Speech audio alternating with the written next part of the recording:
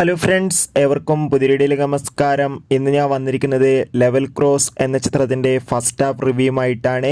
വീഡിയോയിലേക്ക് മുൻപ് video like ചെയ്യുക, ചാനൽ സബ്സ്ക്രൈബ് ചെയ്യുക. ഈ വരുന്ന ജൂലൈ ഓഗസ്റ്റ് മാസം ധാരാളം ചിത്രങ്ങൾ OTT റിലീസ് ചെയ്യാൻ പോവുകയാണ്. നമ്മുടെ ചാനൽ ഭാഗം പരിശോധിച്ചാൽ നിങ്ങൾക്ക് കാണാൻ വേണ്ടി സാധിക്കുന്നതായിരിക്കും.